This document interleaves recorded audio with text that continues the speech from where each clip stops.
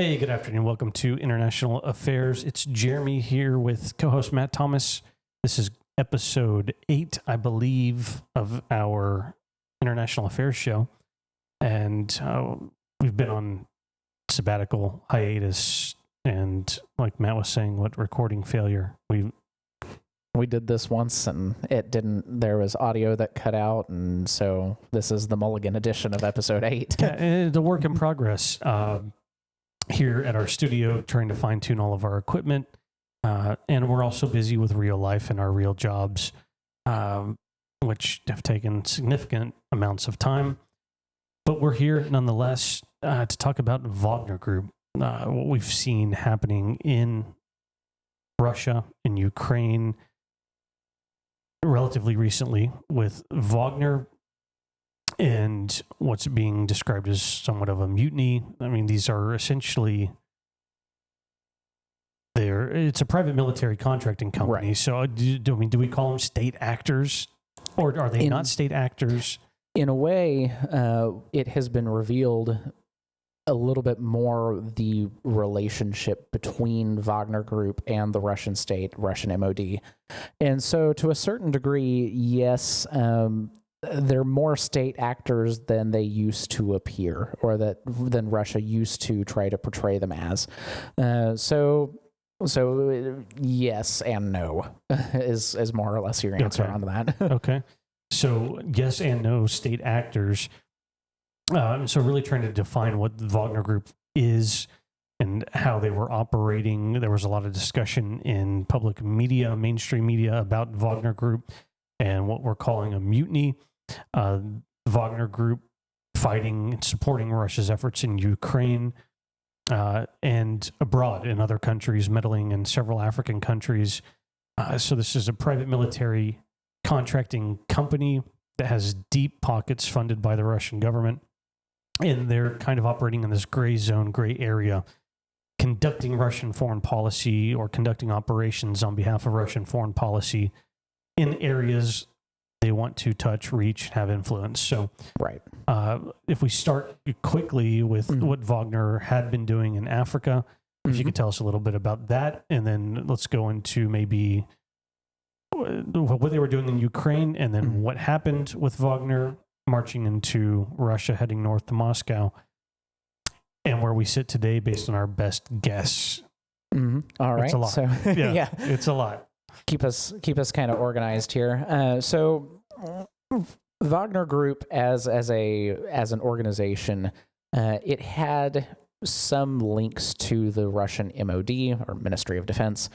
And it was really kind of, as you mentioned, a sort of subsidiary of the Russian state, and acting in the gray zone to advance Russian foreign policy objectives at home and abroad.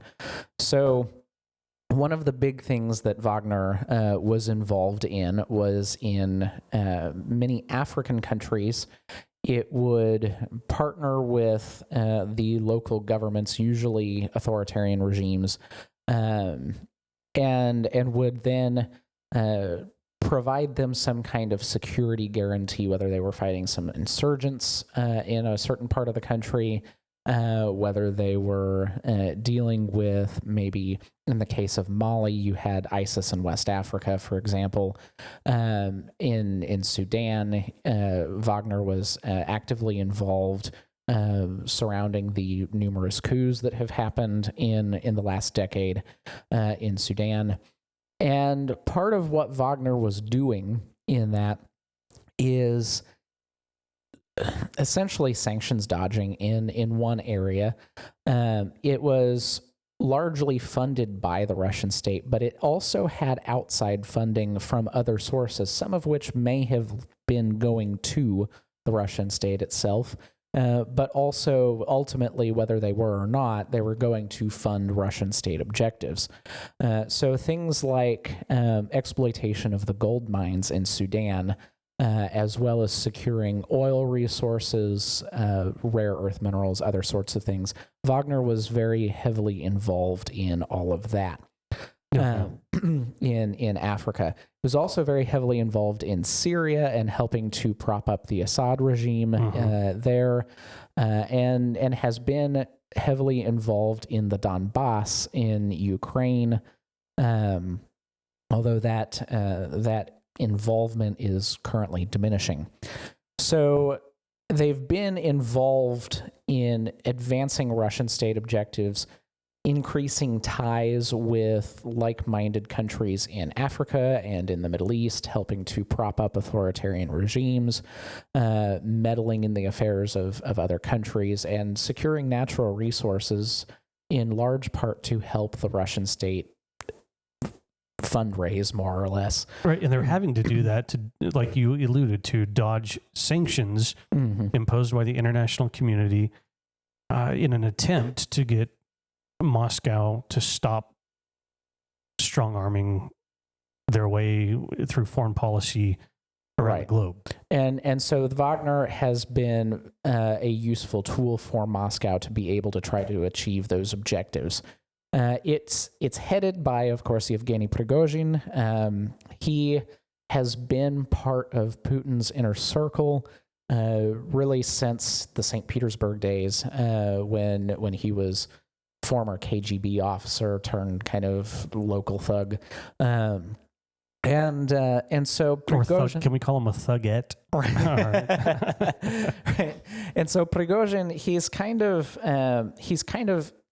been this long-standing partner for Putin. And what Putin has essentially done in crafting his model of what the state looks like and how it operates, how it's managed, is he sort of inherited an oligarchic system from Boris Yeltsin, but then sort of turned it on its head and made it his own.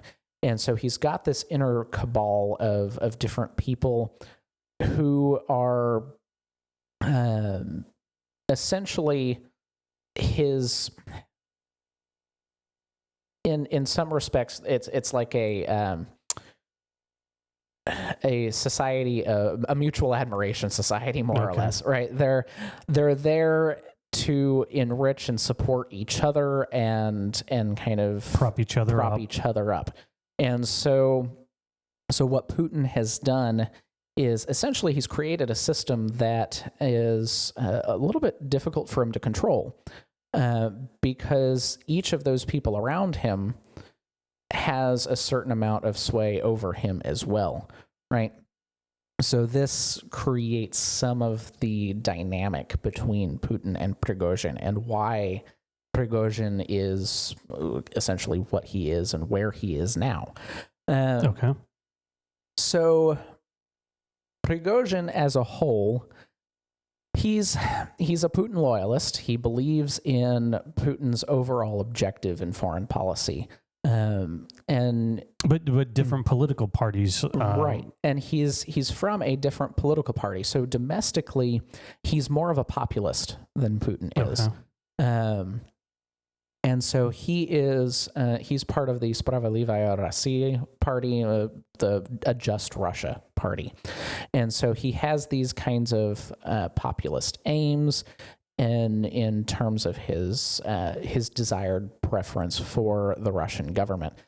That being said, in his foreign policy, he is very much a Putin loyalist, very much a rebuild Russia to its former glory. Putin himself stated that he believed the greatest geopolitical disaster of the 20th century was the fall of the Soviet Union, and his project is to rebuild it. I mean, he's an old KGB communist.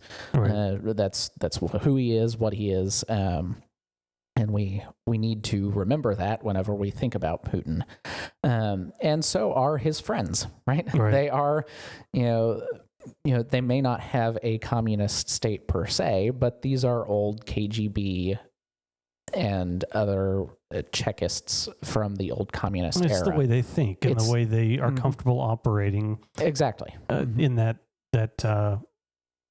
style. Right. And one of the drawbacks to that, from a management perspective, is that you're going to have people whose primary objective is to survive in their jobs for as long as possible.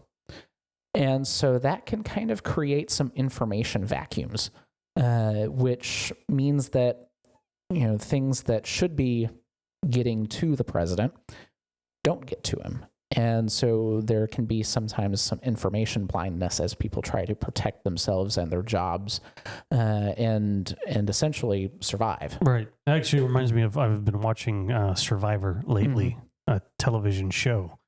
Reminds me of the same thing. Information gathering, keeping, protecting, choosing what to share for your benefit, manipulation of the group.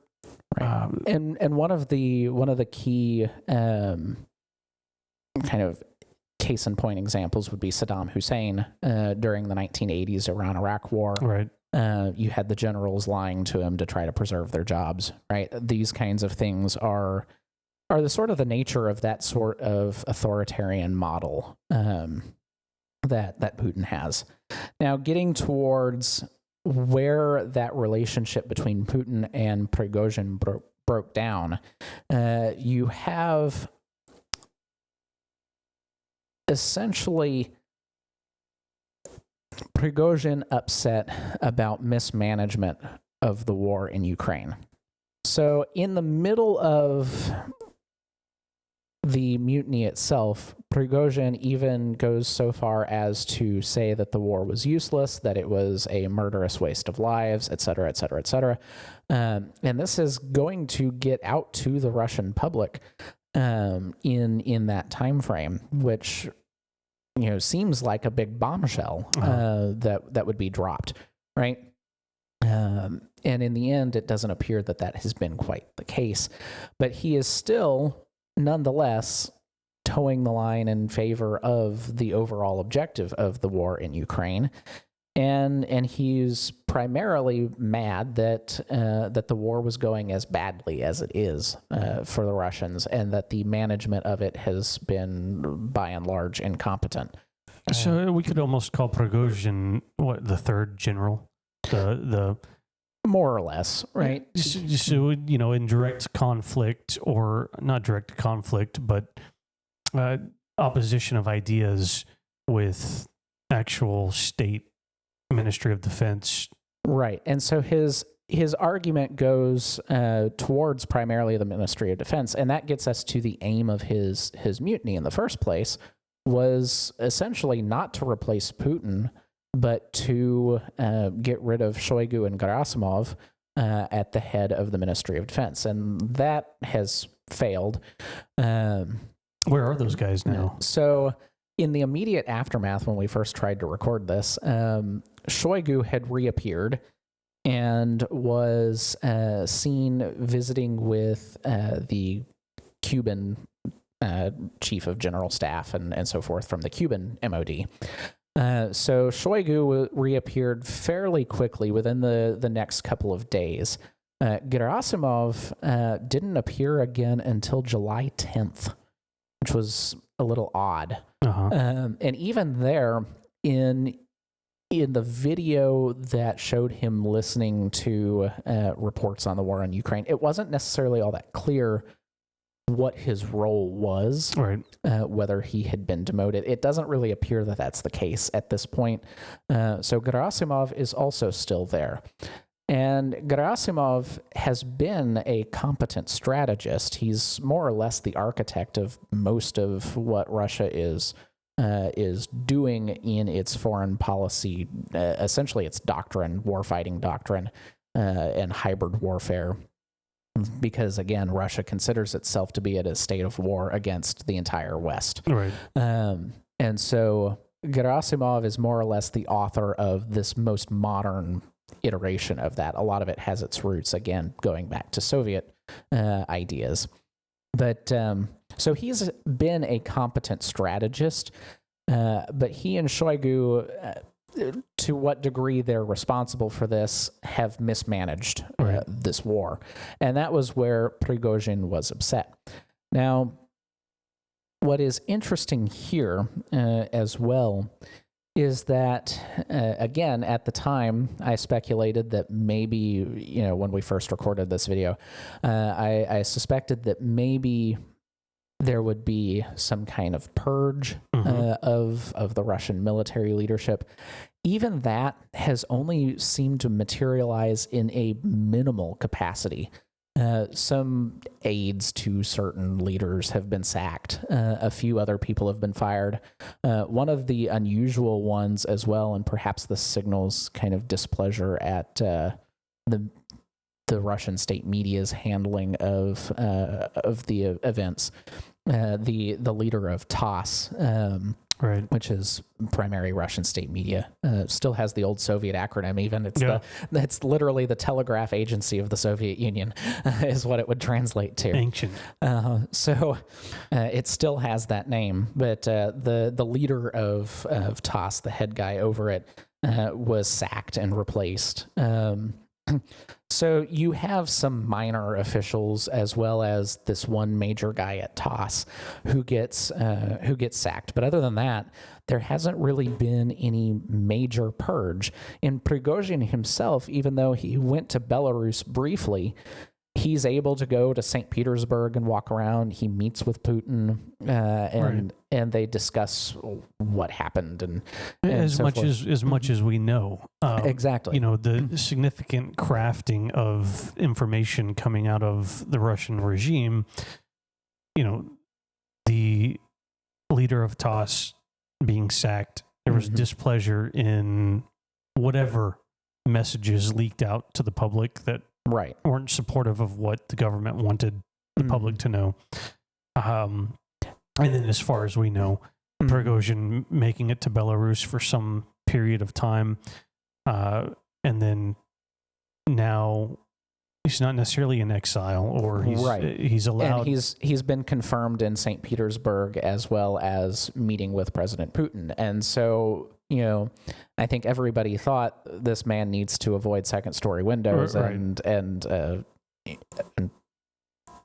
whatever kind of poisoning he might be able to receive. And that may still be the case, but he's, as of now, not completely scot-free, but basically as I read it in another article, they used the Tsarist old phrase, fallen into disgrace. So that seems to kind of be his status right now. He's disgraced, partially disgraced. But other than that, he's otherwise being allowed to continue as a free person. And you still even get conflicting reports from the Russian media as to whether or not the charges have been dropped, or whether the investigation is ongoing, or whether or not those two things may not be mutually exclusive. There could still be investigation while the charges are being dropped. That's so we've got Prigozhin displeasure in how the Ukraine war is being carried out. Some pushback from Prigozhin about supplies, weapons, and his troops, and so kind of alluding to that, we'll call him the third general, with the other two fellas getting into a little bit of a tiff, and maybe he's not sure anybody's listening. So what does he do? He orders his troops to turn around, head into Russia, and make a march on Moscow, to send a signal or a message to somebody. Well, he didn't need to send a message or signal to anybody that actually has power, because he has contact with these people. He wanted the public. This was would you say this was a public theater by Prigozhin to try to show the rest of Russia that this is what's happening and to spill this out into the public domain? Ultimately, I think he wanted to put pressure on Putin to get rid of Shoigu and Gerasimov, and it didn't really work. Because in theory, Prigozhin could pick up his telephone and talk to Putin directly. Right, and so, and it appears that they had arguments over that in the past, and they'd gone nowhere. And so perhaps Prigozhin felt that this was the last-ditch effort to get it done. Make this kind of you now have this level of pressure being applied to you that this needs to happen now.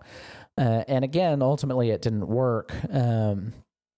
But as to what the consequences have been, it's very odd to see kind of how much latitude Prigozhin seems to have. Right. And so that is really interesting. Putting this into perspective for an American audience, the march from where Prigozhin essentially captured Rostov on Don, and then marched all the way up to Tula, just shy of Moscow. To put that into perspective, that would be like marching from midway up the Alabama-Georgia border all the way to just past Richmond, Virginia, if someone were a military leader were enacting a coup on Washington, D.C. So that's significant. Exactly. He made it quite a incredible distance and got incredibly close as well. And so... And it shut the whole thing down. Uh-huh. And that is also part of what's perplexing and has led a lot of people to think that maybe this was some kind of maskirovka, maybe this was orchestrated by the state.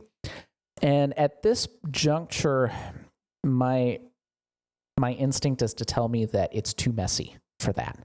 The way that it happened and the way that the Russian state was scrambling to find its message and was sending confusing mixed messages throughout the process, and the number of people now that have been fired and what limited purge there is, it doesn't really appear that this was any kind of orchestrated event. Okay.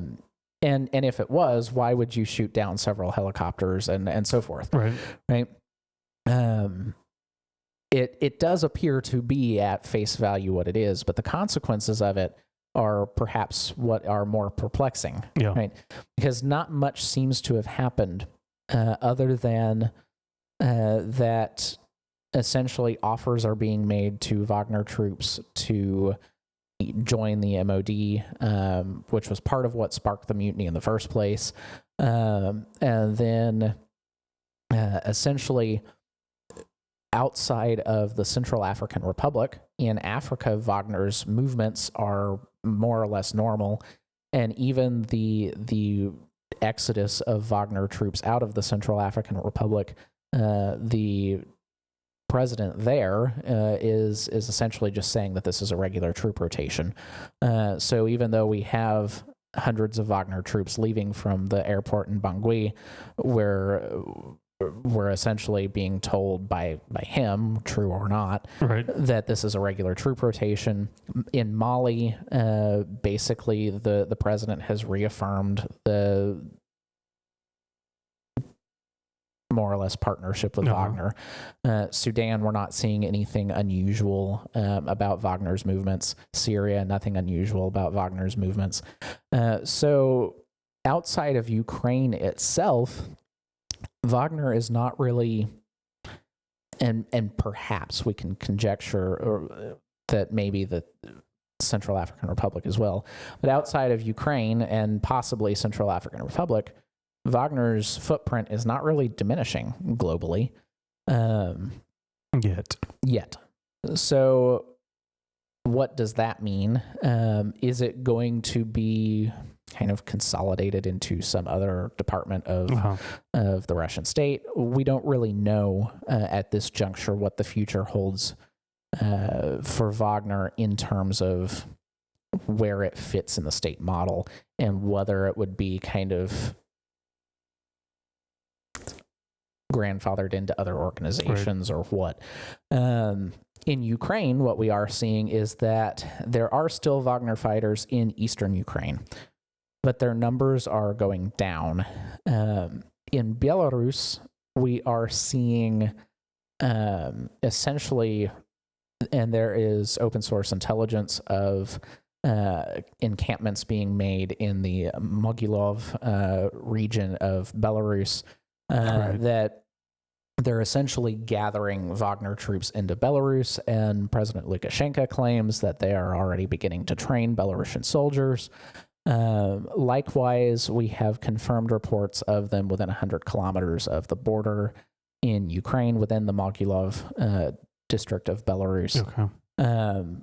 We don't really know what they're doing there at this point. Could be to support border provocations, could be anything. Right. Could be nothing. Somebody knows what they're doing there, right? We don't. We don't, exactly.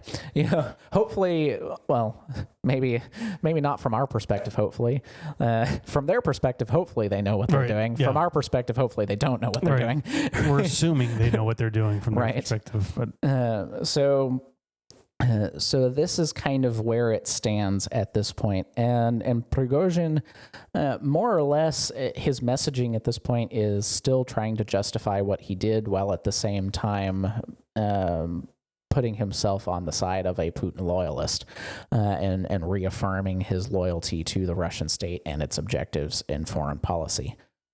So this is kind of where we stand with Wagner up at this point. I know when we previously tried to record this few weeks ago, it was wanting to watch what happens to Wagner troops in Africa, and wanting to try to get a better idea of command and control of those groups, and see that would tell us a lot about what's potentially happening if the troops stay, if they are recalled, if they leave, and so with some movement, but limited what we're being told are regular troop rotations, then somebody has taken command and control of existing Wagner troops and is calling the shots on what they're doing, where they're doing it.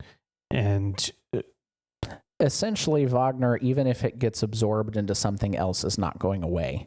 And its objectives are still going to remain part and parcel of what Russia is trying to achieve within its foreign policy. Okay. So it might be dissolved in the near future, but it itself is not going to be going away from what we can tell at this point. Best I can see, it might get absorbed into something else, but it'll still be looking at doing the same objectives and operating in the gray zone, sanctions dodging, securing natural resources, propping up authoritarian regimes, and so on. So it's a profitable enterprise, and so surely there are many people willing to step up. Yeah, it's something that's not easily going to be going away.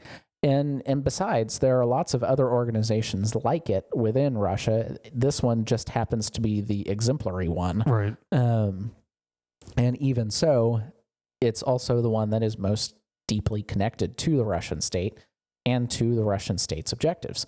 So while Gazprom, for example, the state oil and gas company, has its own similar organization, it's essentially only working for Gazprom and securing oil and natural gas resources and doing that kind of work.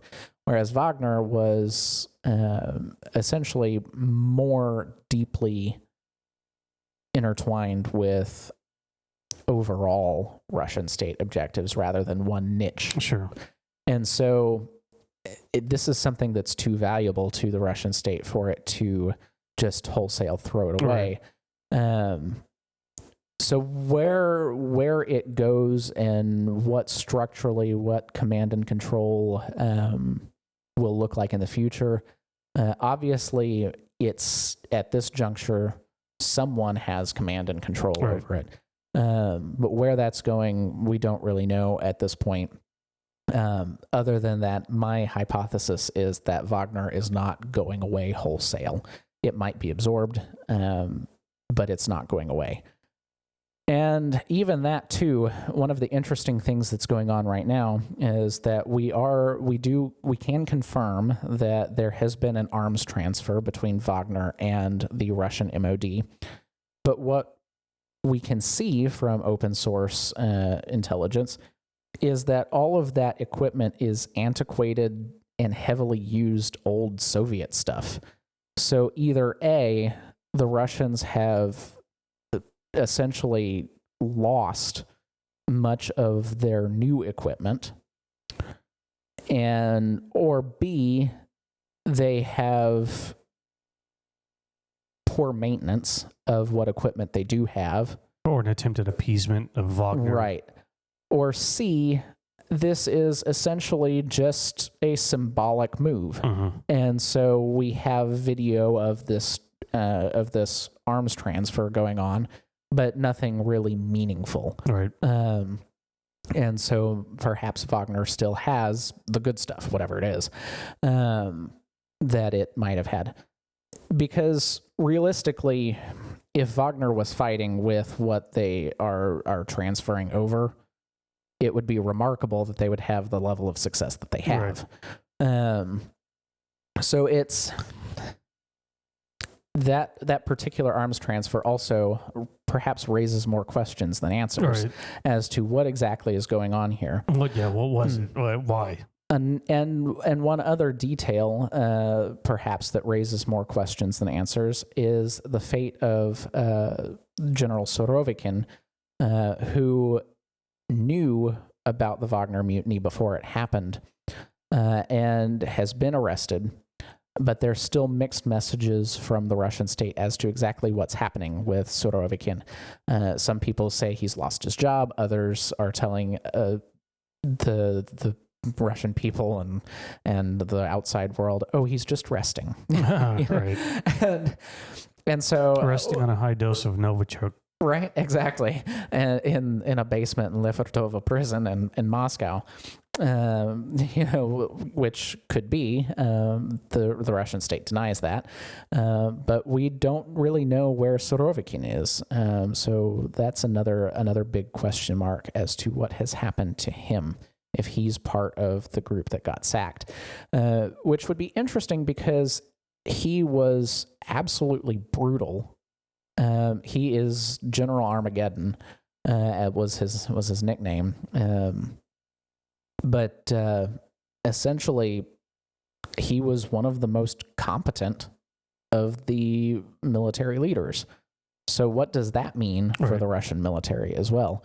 There's a lot of questions here that, again, leave us with some potential opportunities to find and maybe exploit weaknesses within the Russian state if we're bold enough to do it. Right. Well, and authoritarian leaders don't necessarily love super competent subordinates. Exactly. Because they can be a challenge. Right. Yeah. And so that, again, gives us the Saddam Hussein problem, where you have incompetent leaders who are then lying to the authoritarian leader. And that, too, could be partly an explanation as to why the Russian state and Putin himself, even, and his press secretary Peskov and others were giving such mixed messages at the beginning. It was kind of chaotic, like they were trying to mop up some sort of mess that kept spreading. You know, they had water from hell to breakfast, and they were trying to mop it up with with whatever feather duster, and so. It was kind of chaotic and a little bit ineffective. But then afterwards, now the messaging has been consolidated, and overall they've been able to kind of redirect the Russian people's attention again. And so, I mean, at the end of the day, they figured it out one way or another. But again, this could be an area where we can see and try to explore and possibly exploit weaknesses within the Russian state itself. Definitely something to watch. Yeah, and that, with that being said as well, it's also an opportunity for the United States and for Western partners to really try to look to see how Ukraine can win. Right. Because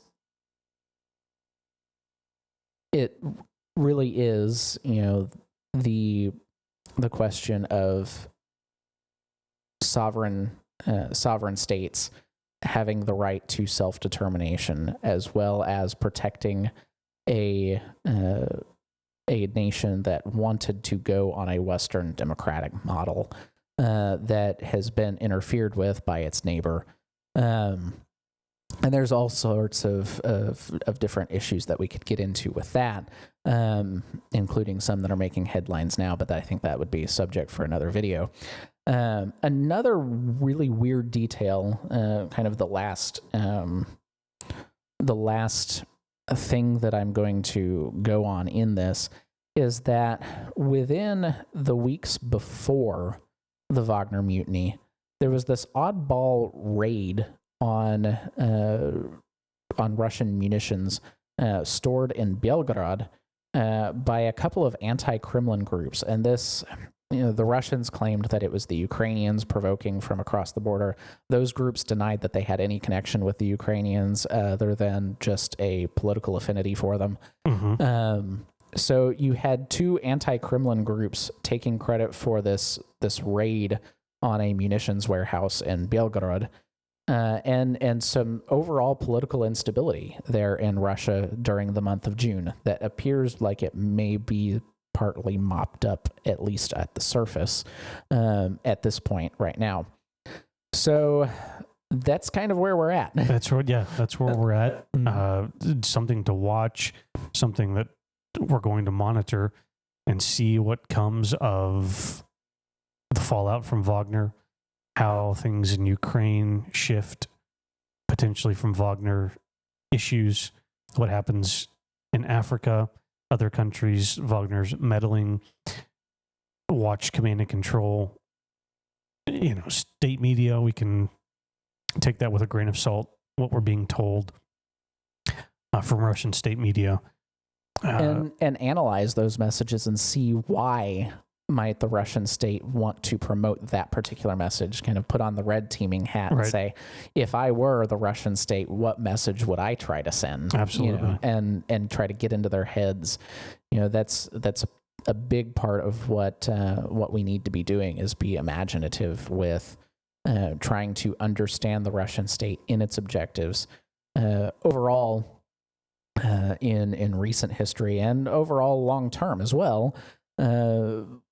Because we're so different philosophically from the Russian state, it has been hard for Western analysts to get in the minds of the Russians. And this is a very important thing for us to do, is understand what they value, what they want, what their objectives are, what they're trying to achieve, and why. Right. And from there, understand, okay, why would they do what they do in light of what they want? Yeah. Right. Yeah. It's the same issue with analyst terrorism. Right. How to be empathetic to and understand where they're coming from, how they think, why they think the way that they do, that their thoughts are valid, they're just misguided. And essentially, applies. Right, the same kind of thing that you would try to do to take down a mafia member, right, is understand what makes them tick, right, yeah. and why does this person do what they do, in order that you can say, okay, these are the reasons why they do what they do. They're wrong. What they're doing is evil, but I understand why they do it and how they do it. And when I put on my hat pretending to be them, I can really better understand and better anticipate what they're going to do. Absolutely. Yeah, absolutely. All right. That's the Wagner Group. That's episode number unknown. So I think we lost track of what episode we're on. But we're going to do our best in future episodes to maybe talk about more general ideas and topics. We've drilled down on some specifics with current events. There are still plenty of specifics to discuss regarding other issues in other parts of the world, but we'll shift maybe towards more general international affairs topics, and then start to maybe drill back down on some specifics. Things are happening every day. Yeah, some possible shorter explanatory videos maybe in the works as well. Just kind of see where we go with this. Right.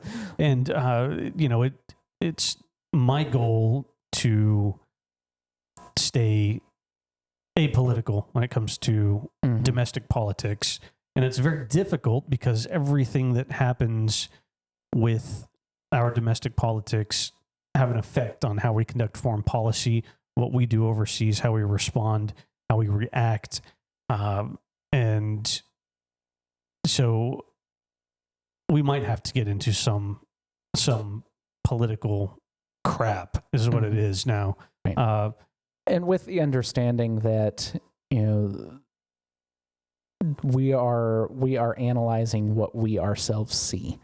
And so whatever is in that political realm is essentially, it's our analysis, and you can agree with it, you cannot agree with it, but hopefully at the end of the day, you take from it something valuable. Absolutely. All right. That's a wrap. We thank you guys for listening. Please check us out on Spotify, YouTube, Apple, all of the podcast services. We post our content there. And if you really love us, I guess you could donate to us. I mean, I don't know. Is that how it works? You just ask? We'll figure it out. All right. All right. Thanks, guys. We'll see you later on for the next episode.